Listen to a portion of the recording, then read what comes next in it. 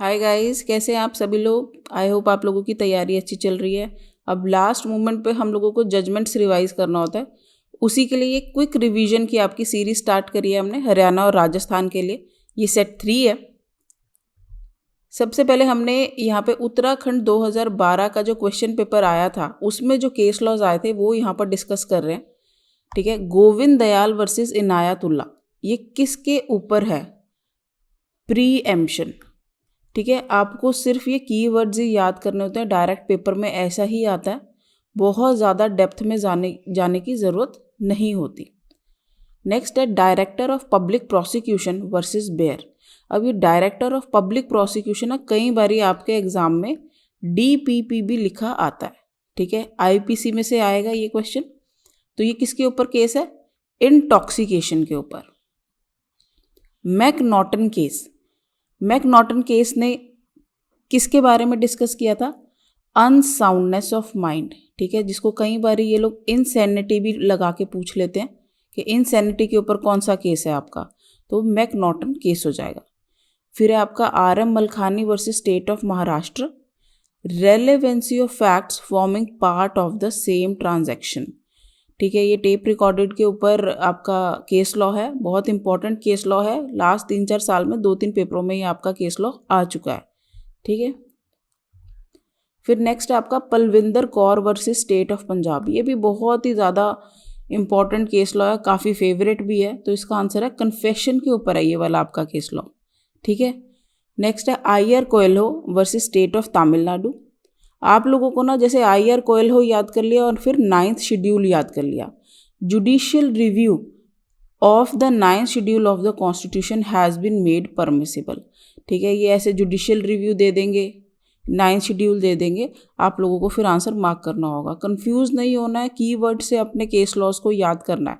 ठीक है, एक इम्पॉर्टेंट अनाउंसमेंट भी थी, स्टडी IQ ने अपना जुडिशरी कोर्स जो है वो लॉन्च कर दिया है फॉर वेरियस स्टेट्स जैसे Haryana, UP, West Bengal, Bihar, Punjab, MP, Chhattisgarh, Rajasthan, Himachal, Delhi, Orissa, Jharkhand. आप लोग पोर्टल पे जा सकते हैं, वहाँ पर डेमो वीडियोस भी अवेलेबल हैं, कंटेंट कोर्स भी अवेलेबल है, आप लोग देख सकते हैं और अगर आप लोगों को ठीक लगे आप लोग एनरोल भी करा सकते हैं। फिर ये वेस्ट बंगाल 2011 का है। The supreme court of India held that to the extent Article 323A and 323B exclude the jurisdiction of Supreme Court under Article 32 and High Courts are unconstitutional was held in L. Chandra Kumar versus Union of India।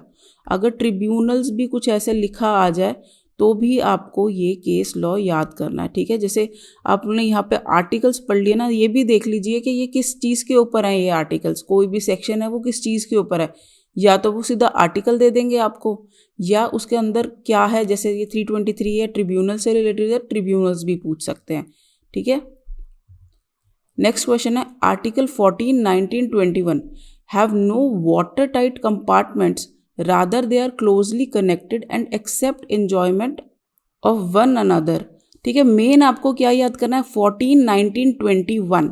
ठीक है, जहाँ पे भी मेनका गांधी आ जाए और अगर कहीं पे भी आपको आसपास फेयर लिखा दिख जाए तो आपको मेनका गांधी के उसमें ही जाना है। जैसे गांधी गांधी फेयर फेयर, तो उससे आपको याद रखना है। ठीक है, 14, 19, 21 अगर आ गया तो आपका मेनका गांधी का केस लॉ आ गया। राइट, नेक्स्ट है in which case supreme court held that section 118 of Indian succession act is violative of article 25 and 26 of constitution. तो ये हो गया आपका John Vallamattom versus Union of India. ठीक है, आपका कई बारी पेपर में ये सिर्फ ये भी पूछ लेते हैं, जैसे मैच ऑफ द फॉलोइंग भी हो जाता है, ऐसे डायरेक्ट भी पूछ लेते हैं कि कौन सा केस लॉ रिलेटेड है आपका आर्टिकल 25 और 26 से, या 25 से या 26 से। ठीक है, तो आपको ये याद रखना है, ये जॉन का केस है। राइट, नेक्स्ट है आपका the guiding principle of article 14 is that all persons and things similarly circumstanced shall be treated alike both in respect of privileges and liabilities.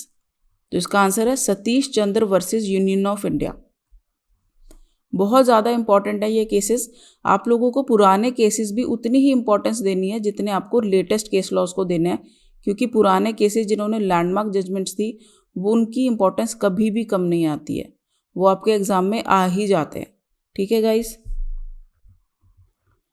तो फिर इसी के साथ हमारी ये सेट जो है ख़त्म होता है। आई होप आप लोग अच्छे से तैयारी कर रहे हैं, अपना ये 5 मिनट ज़रूर दीजिए, आप लोगों की अच्छे से रिवीजन हो जाएगी, माइंड भी रिलैक्स हो जाएगा। बहुत ज़्यादा स्ट्रेस नहीं लेना है, ठीक है, आराम से रिलैक्स होकर एग्ज़ाम देना है। अब बस अपनी रिवीजन करनी है क्योंकि तैयारी हो चुकी है। ठीक है guys, thank you so much.